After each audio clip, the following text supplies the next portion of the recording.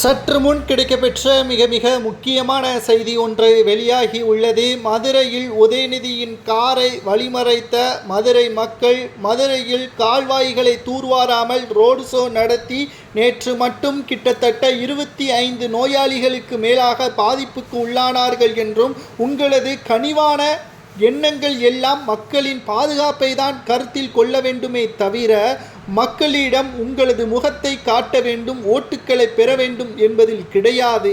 உதயநிதி போன்றவர்கள் மதுரையில் வருவதற்கு அப்பகுதி மக்கள் நிச்சயமாக வரவேற்பார்கள். ஆனால் மதுரை செழிப்பாக இருக்க வேண்டும், மதுரை மக்களுக்கு தேவையான வசதிகளை செய்து கொடுக்க வேண்டும். ஆனால் இது எதையுமே மதுரை மக்களுக்கு செய்யாமல் இருக்கின்ற திமுக எப்படி மதுரை மக்கள் அவர்களை அன்போடு வரவேற்பார்கள்? மேலும் பொதுக்குழு நடத்தப்படுவதற்கு 10,000 இருக்கைகள் அமர்த்தப்படும் என்று வெளியிட்டார்கள். அந்த 10,000 நபர்களும் வேறு மாவட்டங்களில் இருந்துதான் வருவார்களே தவிர மதுரையில் இருந்து எந்த ஒரு நபர்களும் அந்த பொதுக்கூட்டத்தில் கலந்து கொள்ள மாட்டார்கள்.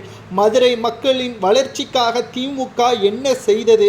அண்ணன் தம்பி இருக்கக்கூடிய பிரச்சனையை மையமாக கொண்டு மதுரையில் ஓரம் கட்டப்பட்டது. குறிப்பாக மதுரையிலிருந்து ஒரு அமைச்சரையும் தேர்வு செய்தார் ஸ்டாலின் அவர்கள். அந்த அமைச்சரும் குறிப்பிட்ட சமூகத்தினருக்கு ஆதரவாகவும் குறிப்பிட்ட சமூகத்தை உயர்வாகவும் பேசி சர்ச்சையில் சிக்கினார் என்பதும் குறிப்பிடத்தக்கது. நிச்சயமாக மக்கள் யாரும் பழையதை மறக்க மாட்டார்கள். நிச்சயம் 2026 சட்டமன்ற தேர்தலில் நீங்கள் ரோடு ஷோ நடத்துவதால் உங்களுக்கு ஓட்டு போட வேண்டும் என்று எங்களுக்கு கட்டாயம் கிடையாது. 2026 சட்டமன்ற தேர்தலில் நீங்கள் எதிர்பார்க்காத ஒன்று நடக்கும். அதில் நிச்சயமாக மதுரை மக்கள் ஒட்டுமொத்தமாக திமுகவை எதிர்ப்பார்கள் என்று அதிமுகவின் முன்னாள் அமைச்சர் செல்லூர் ராஜு அவர்கள் தெரிவித்திருக்கிறார். மதுரையில் உதயநிதியின் கார் வழிமறைக்கப்படுவது உறுதிதான் என்றும் தெரிவித்திருக்கிறார்கள்.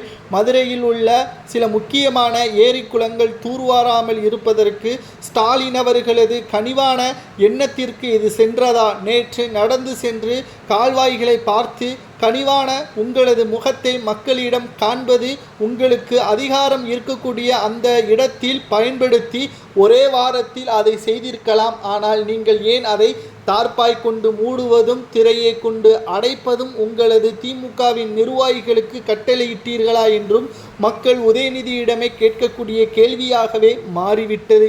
மதுரையை பொறுத்தளவிற்கு திமுகவின் கோட்டை என்று நினைத்துவிட வேண்டாம். மதுரை மக்கள் ரோசக்காரர்கள். குறிப்பாக 2026 சட்டமன்ற தேர்தலில் என்ன நடக்கும் என்பதை பொறுத்திருந்து பாருங்கள் என்று செல்லூர் ராஜு அவர்கள் கூறியிருப்பது. உங்களது கருத்துக்களை கமெண்ட் வாயிலாக